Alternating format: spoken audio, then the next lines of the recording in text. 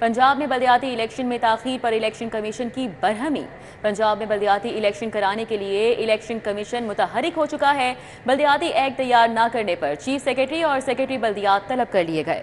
Election commission ने 22 अक्टूबर को chief secretary और सेक्रेटरी बल्दियात को तलब कर लिया है। वज़ीर आला ने अभी तक लोकल गवर्नमेंट एक्ट की असम्बली पर दस्तखत नहीं किए। इलेक्शन कमीशन का चीफ सेक्रेटरी पंजाब और सेक्रेटरी बल्दियात को 5वां मरासला जारी कर दिया गया है। मजीद तफसीलात जानेंगे कैसर खोकर से। जी कैसर खोकर, अपडेट कीजिएगा। जी, इलेक्शन कमीशन ऑफ पाकिस्तान ने चीफ सेक्रेटरी पंजाब, सेक्रेटरी बल्दियात पंजाब को 22 अक्टूबर को तलब किया है कि और ये वजाहत मांगी है कि पंजाब में अभी तक लोकल गवर्नमेंट एक्ट तैयार क्यों नहीं हो सका। पंजाब गवर्नमेंट ने अभी तक लोकल गवर्नमेंट एक्ट को फाइनल नहीं किया। इलेक्शन जो महकमा बल्दियात है उन्होंने वज़ीर आला पंजाब को समरी में रिजॉल्व कर रखी है, लेकिन वज़ीर आला पंजाब ने अभी तक लोकल गवर्नमेंट एक्ट को मंजूर नहीं किया। वज़ीर आला पंजाब के बाद कबीना ने मंजूर करना है और कबीना से मंजूरी के बाद फिर असम्बली में जाना है। फिर असम्बली की जो कमेटियाँ उन्होंने पास करना है, फिर असम्बली में बहस होनी है, फिर असम्बली पास करेगी। एक लंबा प्रोसीजर है, लेकिन अभी तक वज़ीर आला पंजाब ने दस्तखत नहीं किए, जिस पर इलेक्शन कमीशन ने 22 अक्टूबर को चीफ सेक्रेटरी पंजाब और सेक्रेटरी बल्दियात पंजाब जो है इन दोनों को वजाहत के साथ तलब कर लिया है कि आपको टाइम दिया था और ये 5वां नोटिस है जो इलेक्शन कमीशन ने निकाला है पंजाब के चीफ सेक्रेटरी और सेक्रेटरी बल्दियात के नाम कि आप इलेक्शन कमीशन अभी तक इलेक्शन कमीशन की हिदायत के मुताबिक बल्दियाती एक्ट पंजाब का तैयार नहीं कर सके, जिसकी वजह से पंजाब के बल्दियाती इलेक्शन जो है वो लेट हो रहे हैं। और इस पर इलेक्शन कमीशन ने चीफ सेक्रेटरी पंजाब और सेक्रेटरी बल्दियात से वजाहत मांग ली है और 22 अक्टूबर को तलब कर लिया है। जी कैसे खोकर, अभी आपको बताएं एलडीए अफसरान की सुस्ती ने रिकवरी मुहिम को सुस्त कर दिया है। डीजी एलडीए का रिकवरी मुहिम सुस्त रवि का शिकार होने पर इजहार बरहमी। डीजी की चीफ टाउन प्लानर्स को तंबीह खुसूसी रिकवरी हदफ देने का फैसला किया। गुज़श्ता रोज़ डीजी एलडीए ताहिर फारूक की ज़ेरे सदारत अहम इजलास हुआ। मज़ीद इजलास के अहवाल जानेंगे दुरे नयाब से। जी दुरे नयाब। जी बिल्कुल, एलडीए शोबा टाउन प्लानिंग ने गुज़िश्ता साल जो है वो 10 अरब रिकवर किया और ये बहुत बड़ा हदफ था। तारीख में पहली दफ़ा रिकवर किया गया, बहुत शाबाश मिली। लेकिन अब आइंदा माली साल में तकरीबन 20 अरब का हदफ रखा गया था और पहले 3 माह जो नए माली साल के गुजर जाने के बाद अब ऐसा लग रहा है कि जिस तरह हुकाम जो है वो थोड़ा पैनिक का शिकार दिखाई दे रहे हैं और उनको नज़र आ रहा है कि जो हदफ मुक़द्दस किया गया है वो पूरा होता नज़र नहीं आ रहा। और जो वादा किया गया है हुकूमत पंजाब से एलडीए की जानिब से कि इतनी रिकवरी की जाएगी, बहुत बड़ा रेवेन्यू इकट्ठा किया जाएगा, वो भी पूरा होता उस तरह से दिखाई नहीं दे रहा। ताहम गुज़िश्ता रोज़ राय के मुताबिक आला हुकाम की एक मीटिंग में डीजी एलडीए काफ़ी बरहम हुए और टाउन प्लानिंग अफसरान को उन्होंने काफ़ी खड़ी खड़ी सुनाई। इस हवाले से उन्होंने दोनों टाउन प्लानर्स को कहा है कि वो मुतमईन नहीं है उनकी रिकवरी से, अपनी रिकवरी को बेहतर करें और ये इसको वार्निंग समझा जाए। एक मखसूस टारगेट दिया जा रहा है, अगर ये पूरा कोई नहीं करेगा तो उसको हटा दिया जाएगा। ये कोई गलत फहमी ना रखे कि किसी के बगैर काम नहीं चल सकता। अब टाउन प्लानिंग को बहुत सारे काम करना पड़ेंगे। ज़राए के मुताबिक अफसरान जो है वो कंसल्टेंसी में पढ़ चुके हैं और एलडीए के रेवेन्यू का लॉस कर रहे हैं, जिसकी वजह से अब डीजी ने ये फैसला किया है कि कमर्शियल नक्शों को भी घर बैठे ईज़ ऑफ डूइंग के तहत जमा कराया जा सकेगा, वहीं से अप्रूवल ली जा सके ताकि ये अफसरान की जो एक हैज मनी है वो टूट सके। ठीक है दुरे नया, बहुत शुक्रिया। साबिक रुकने पंजाब असम्बली एहसन रियाज फतेहाना डिफेंस से अगवा वारदात का मुकदमा एहसन रियाज की वालिदा आशिफा रियाज की मुद्दत में दर्ज कर लिया गया है।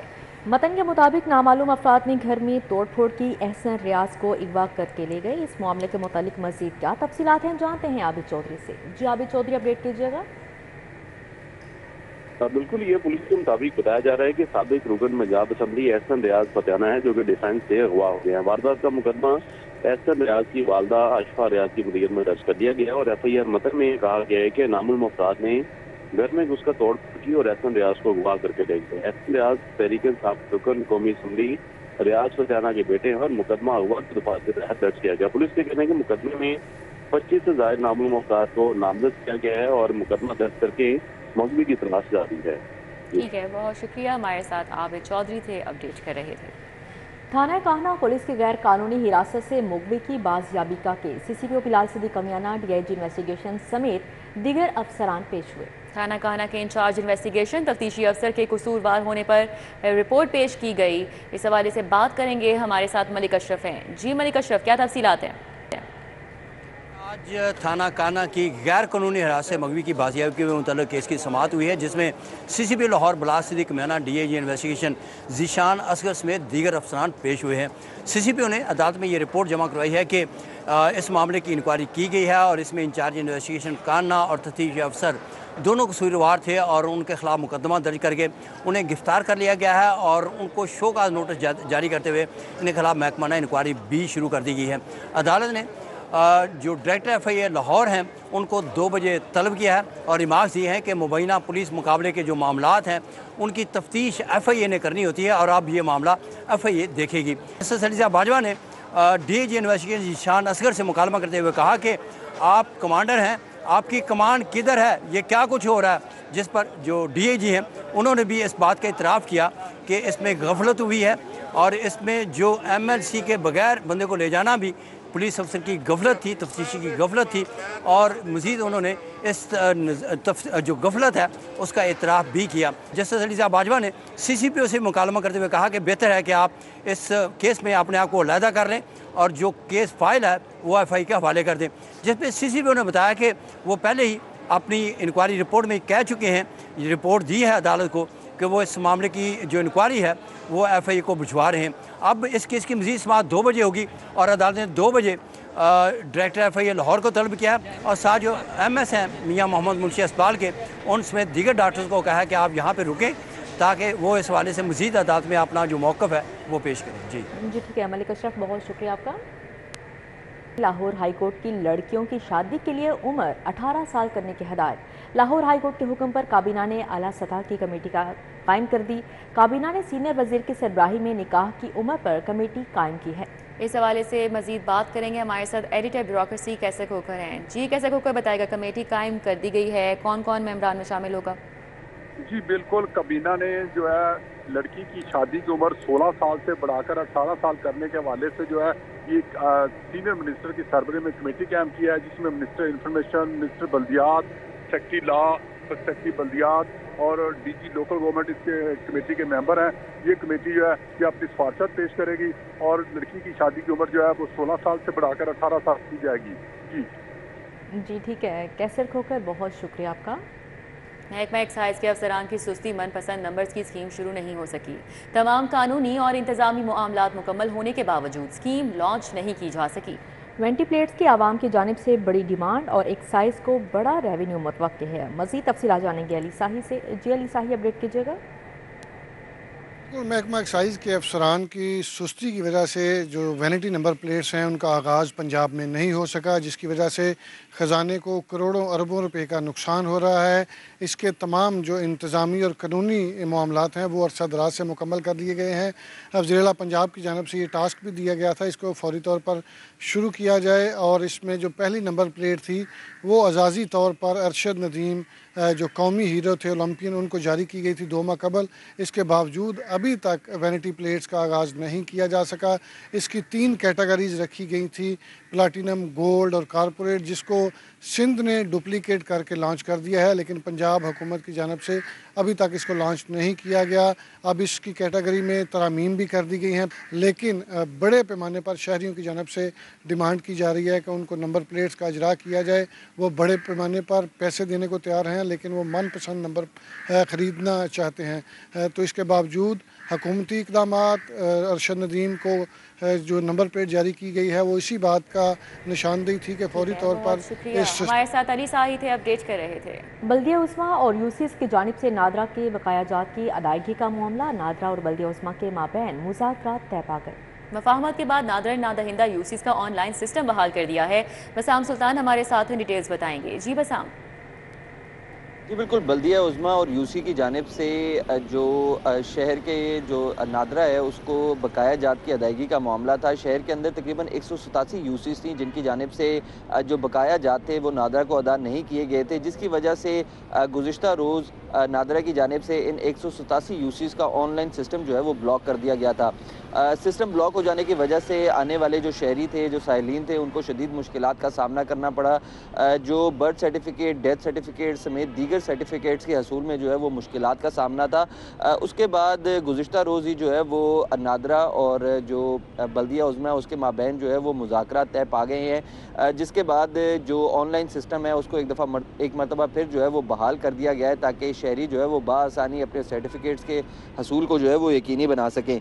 मजमूई तौर पर जो है वो 80 लाख रुपए की ये अमाउंट थी जो 187 यूसीओं की जानिब से नादरा को जो है वो अदा की जानी थी, और बकाया जात की अदायगी ना होने की वजह से गुज़िश्ता रोज़ इस सिस्टम को जो है वो ऑनलाइन सिस्टम को ब्लॉक कर दिया गया था। जी ठीक है, बसाम सुल्तान, बहुत शुक्रिया आपका। सरकारी स्कूलों में नाकिस तालीमी मेयार, असिस्टेंट एजुकेशन ऑफिसर्स को सरकारी स्कूलों की मॉनिटरिंग से हटाने का फैसला किया गया है। इस फैसले के मुतालिक मज़ीद का तफसीलात हम जानते हैं जुनेद रियाज से। जी जुनेद। असिस्टेंट एजुकेशन ऑफिसर्स को ओहदे से हटाकर बतौर हेड जो है वो स्कूलों में तैनात करने का फ़ैसला किया गया है, और इस हवाले से मॉनिटरिंग के निज़ाम को भी मज़ीद बेहतर बनाया जाएगा और इसके लिए मॉनिटरिंग ऑफिसर तैनात किए जाएंगे, और मॉनिटरिंग ऑफिसर की तैनाती के लिए टेस्ट लिया जाएगा और स्क्रीनिंग टेस्ट के बाद इंटरव्यूज़ लिए जाएंगे और उसके बाद उनको जो है वो मॉनिटरिंग ऑफिसर तैनात किया जाएगा। ये फ़ैसला स्कूलों में नाक़िस मेयार तालीम के बायस जो है वो किया गया है, क्योंकि असिस्टेंट एजुकेशन ऑफिसर से वो मेयार हासिल नहीं हो रहे जो कि स्कूल एजुकेशन डिपार्टमेंट चाहता था। इस हवाले से जो सीनियर असातिज़ा हैं वो भी मॉनिटरिंग ऑफिसर के लिए स्क्रीनिंग टेस्ट दे सकेंगे और इंटरव्यू में टेस्ट के बाद शरीक हो सकेंगे। इस हवाले से जो निज़ाम है उस पर जो है वो ब्रीफिंग के तैयार कर ली गई है और इसके ऊपर वर्किंग भी शुरू कर दी गई है, और इस हवाले से तमाम एजुकेशन अथॉरिटीज़ से मुशावरत भी शुरू। ठीक है, बहुत शुक्रिया, हमारे साथ जुनेद थे, अपडेट कर रहे थे। पाकिस्तान पीपल्स पार्टी लाहौर की सदारत का ताज किसके सर सजेगा? पीपल्स पार्टी रहनुमाओं में लाहौर की सदारत के लिए लॉबिंग शुरू। असलम गिल के लाहौर की सदारत से इस्तीफे के बाद ताहाल ओहदा खाली है। राजा परवेज अशरफ बैरिस्टर आमिर हसन को लाहौर का सदर बनाना चाहते हैं, ज़राए का ऐसा बताना है। हसन अली हमारे साथ हैं, मज़ीद तफसीलात उनसे जान लेते हैं। जी हसन अली। बिल्कुल, पाकिस्तान पीपल्स पार्टी लाहौर की सदारत का ताज किसके सर पर सजेगा, इस हवाले से पाकिस्तान पीपल्स पार्टी के जो अहम रहनुमा हैं उन्होंने लॉबिंग का आगाज़ जो है वो कर दिया है, और इस हवाले से ज़राए की जानिब से बताया जा रहा है कि पाकिस्तान पीपल्स पार्टी वस्ती पंजाब के सदर साबिक वज़ीर आज़म राजा परवेज़ अशरफ की जानिब से बैरिस्टर आमिर हसन का नाम जो है वो पार्टी क़यादत के सामने जो है वो लाहौर की सदारत के लिए रखा गया है, जबकि पाकिस्तान पीपल्स पार्टी वस्ती पंजाब के जनरल सेक्रेटरी की जानिब से एक मरतबा फिर से चौधरी असलम गिल का नाम ही जो है वो पार्टी सदारत के लिए, लाहौर की सदारत के लिए पार्टी क़यादत को जो है वो बताया गया है। पाकिस्तान पीपल्स पार्टी लाहौर के सदर का ओहदा जो है वो चौधरी असलम गिल की जानिब से इस्तीफ़ा देने के बाद ताहाल जो है वो खाली है, जबकि दूसरी तरफ गवर्नर पंजाब की जानिब से साबिक सदर लाहौर अजीज़ुर रहमान चंद के साहबजादे रहमान अजीज़ चंद की सिफारिश जो है वो की जा रही है। इसी तरह से पाकिस्तान पीपल्स पार्टी के रहनुमा मियाँ अयूब जो हैं वो भी सदारत की दौड़ में शामिल हैं, और वो अपनी लॉबिंग जो है वो ख़ुद कर रहे हैं, और इस हवाले से ज़राए का ये कहना है कि पाकिस्तान पीपल्स पार्टी लाहौर का जो भी सदर मुंतखब होगा वो पाकिस्तान पीपल्स पार्टी की सेंट्रल एग्जीक्यूटिव कमेटी का खुद ब खुद जो है वो मेंबर बन जाएगा। ताहम इस हवाले से जो हतमी फैसला है वो पाकिस्तान पीपल्स पार्टी के चेयरमैन बिलावल भुट्टो जरदारी आइंदा चंद रोज़ में करेंगे। जी ठीक है हसन अली, बहुत शुक्रिया आपका।